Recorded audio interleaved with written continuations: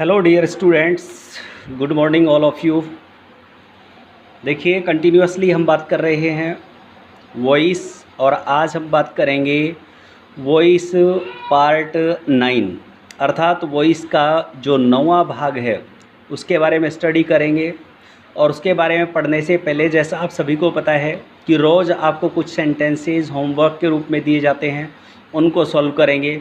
और उसी के अकॉर्डिंग टाइटल जैसा दे रखा है आपको, HW ऑफ लास्ट क्लास, कि पिछली क्लास में जो आपका HW दिया गया था उसके बारे में हम यहाँ स्टडी करेंगे। तो प्रीवियस क्लास में हमने हु से शुरू होने वाले और हुम से शुरू होने वाले सेंटेंसेस को स्टडी किया था।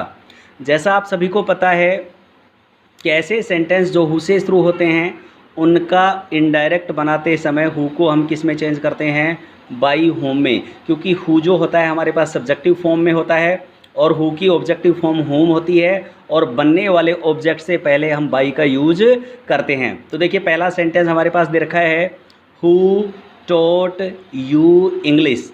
अब हु हमारे पास क्या है, WH वर्ड, टॉट क्या है, वर्ब, और यू है ऑब्जेक्ट, और इंग्लिश है ऑब्जेक्ट। तो हमारे सेंटेंस में डबल ऑब्जेक्ट्स हैं।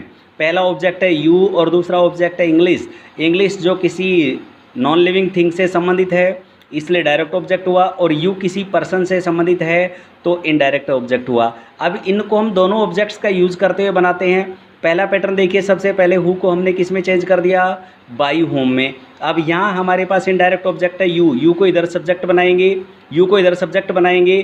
तो जैसा आपको पता है कि टॉट जो है वो वर्ब की कौन सी फॉर्म है, सेकंड, और जब एक्टिव वॉइस में वर्ब की सेकंड फॉर्म आती है तो पेसिव बनाते समय वाज या वर का यूज़ किया जाता है। तो यू के अकॉर्डिंग वाज वर में से किसका यूज़ करेंगे, वर का। तो सबसे पहले हु को चेंज किया किसमें, बाई होम में, फिर यू के अकॉर्डिंग किसका यूज़ किया, वर का।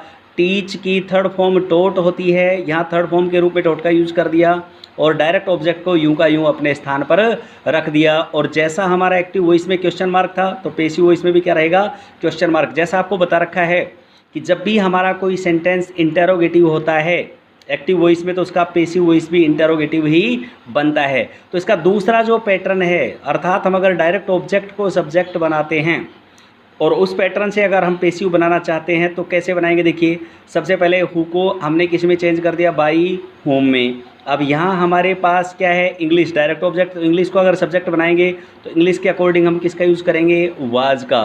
तो by home was English. Teach की थर्ड फॉर्म क्या होगी, टॉट, और यहाँ हमारे पास यू जो है वो इनडायरेक्ट ऑब्जेक्ट है, और यदि इनडायरेक्ट ऑब्जेक्ट को यूँ का यू रखते हैं तो इनडायरेक्ट ऑब्जेक्ट से पहले हम किसका यूज़ करेंगे, टू का। तो ये था हमारा हु से शुरू होने वाले सेंटेंस का पेसिव बनाना।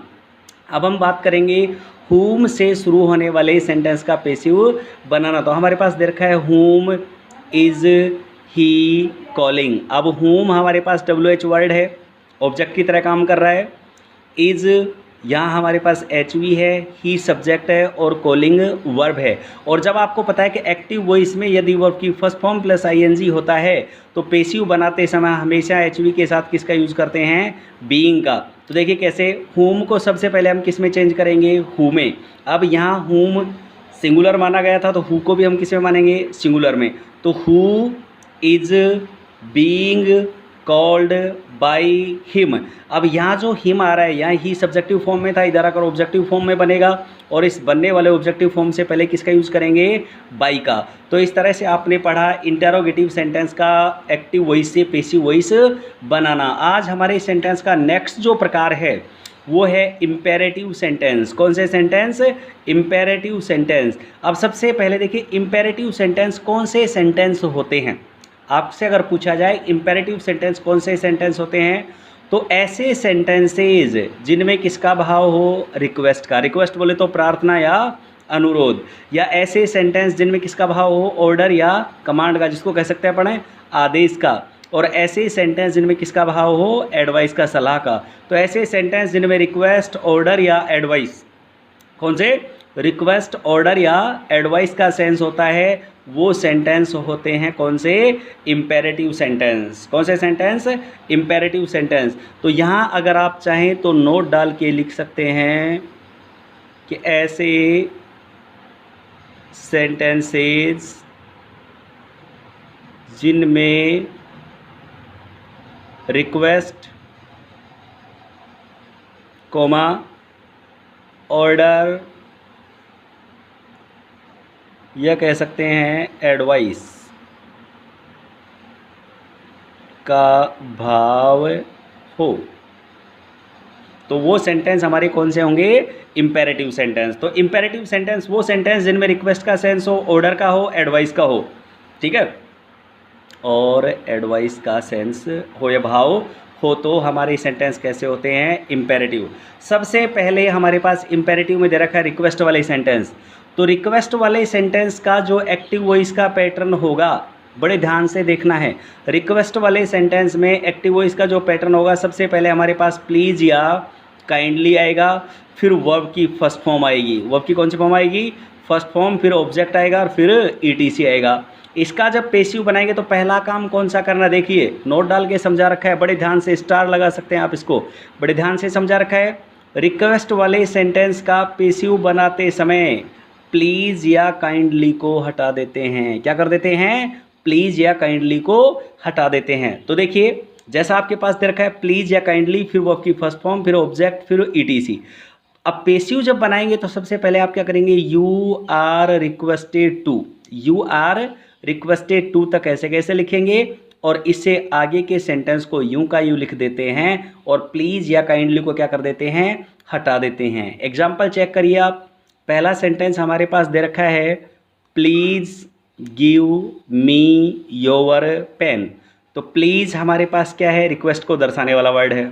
गिव वर्ब की कौन सी फॉर्म है? फर्स्ट। मी क्या है? ऑब्जेक्ट। और योर पेन भी क्या है? ऑब्जेक्ट। अब इसका पेसिव बनाएंगे तो सबसे पहला जो काम है हमारे पास वो क्या है कि प्लीज़ को हटा देंगे। क्या कर देंगे?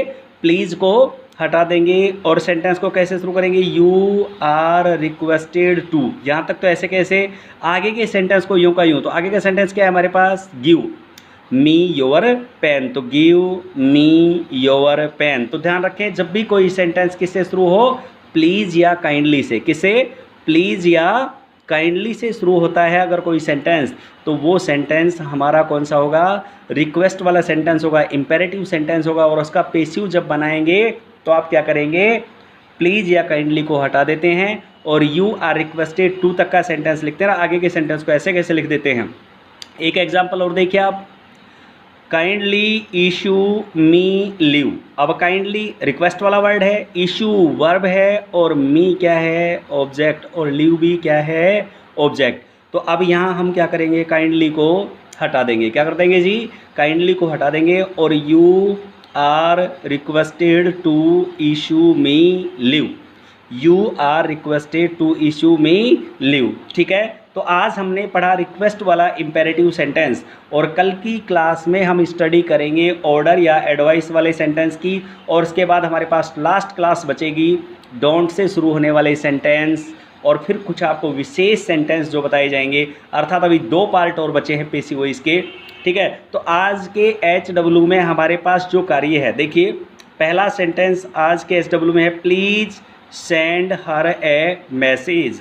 दूसरा सेंटेंस है kindly tell me an important question. तो अब आपको ध्यान रखना है कि जो हमारे एक्टिव वॉइस वाला पैटर्न है और पेसिव वॉइस वाला पैटर्न है, दोनों का यूज करते हुए और आपको इन दोनों सेंटेंसेस को सॉल्व करना है। पर डे जो सेंटेंस आपको दिए जाते हैं उनको सॉल्व करें, अगले दिन जब इसके आंसर जारी किए जाते हैं उनसे मिलान करें। Okay, bye.